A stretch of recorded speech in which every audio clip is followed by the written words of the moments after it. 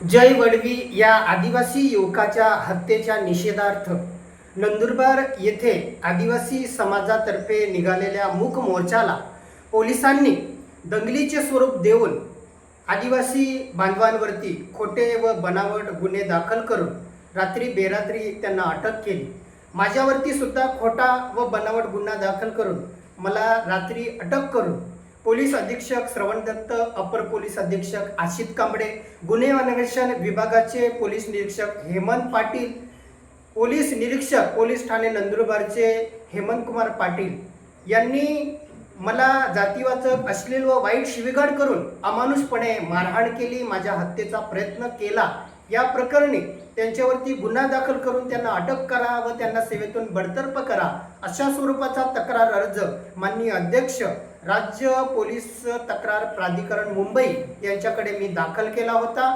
त्या तक्रारीची दखल घेऊन राज्य पोलीस तक्रार प्राधिकरण मुंबई यांनी या प्रकरणाची दिनांक 22 मे 2026 रोजी सुनावणी आयोजित केलेली आहे।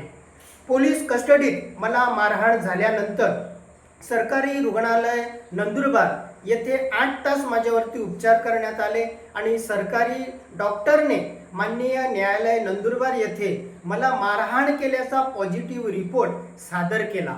आता हा पॉझिटिव्ह रिपोर्ट बदलण्यासाठी पुन्हा या पोलीस अधीक्षक श्रवण दत्त यांनी डॉक्टरवरती दबाव टाकला, त्याला पैसे देऊन त्याला मॅनेज करून पुन्हा दुसरा रिपोर्ट बनवण्यासाठी त्यांनी भ्रष्ट काम केलं। म्हणून हा पोलीस अधीक्षक पैसे देऊन कुठल्याही स्तराला खऱ्याचं खोटं, खोट्याचं खरं करण्यासाठी माहीर आहे।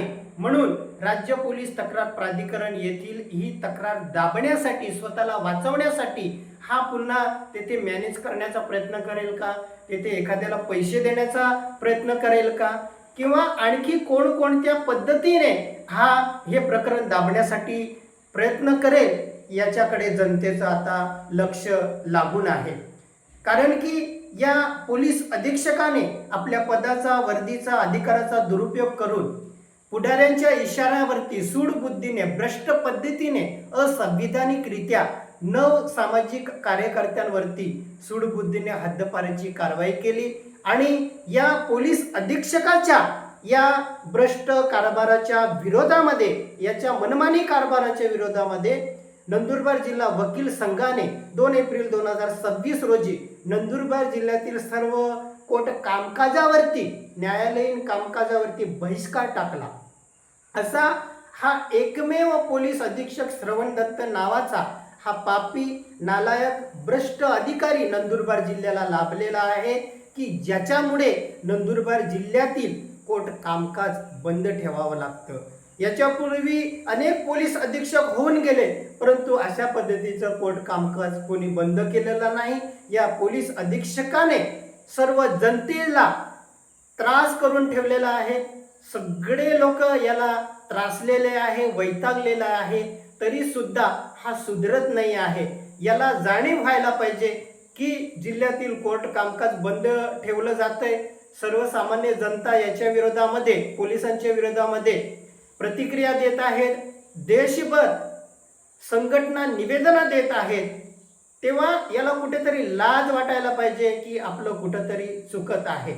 म्हणून यांनी जे काय कृत्य केलेलं आहे, मला पोलीस कस्टडीमध्ये अमानुषपणे मारहाण केलेली आहे, त्या प्रकरणात यांनी आपल्या पदाचा दुरुपयोग करून खाकी वर्दीला कलंकित केलेला आहे। या पोलीस अधीक्षक श्रवण दत्तसह या 4 पोलीस अधिकाऱ्यांनी पोलीस खात्याला आपल्या या कामामुळे कलंकित केलेला आहे, डाग लावलेला आहे। त्यामुळे जनतेचा पोलिसांवरचा विश्वास आता कमी झालेला आहे। म्हणून या प्रकरणी राज्य पोलीस प्राधिकरण मुंबई हे मला योग्य ते न्याय देतील, या दोषी पोलीस अधिकाऱ्यांवरती बडतर्फीची कारवाई करतील, यांच्यावरती गुन्हे दाखल करतील आणि यांना अटक करतील अशी मला आशा आहे। आणि जनतेला सुद्धा आशा आहे, सर्व देशातील व महाराष्ट्रातील जनतेचं या प्रकरणाकडे लक्ष लागून आहे। म्हणून माननीय अध्यक्ष राज्य पोलीस तक्रार प्राधिकरण मुंबई हे या प्रकरणी मला न्याय देतील अशी मला आशा आहे.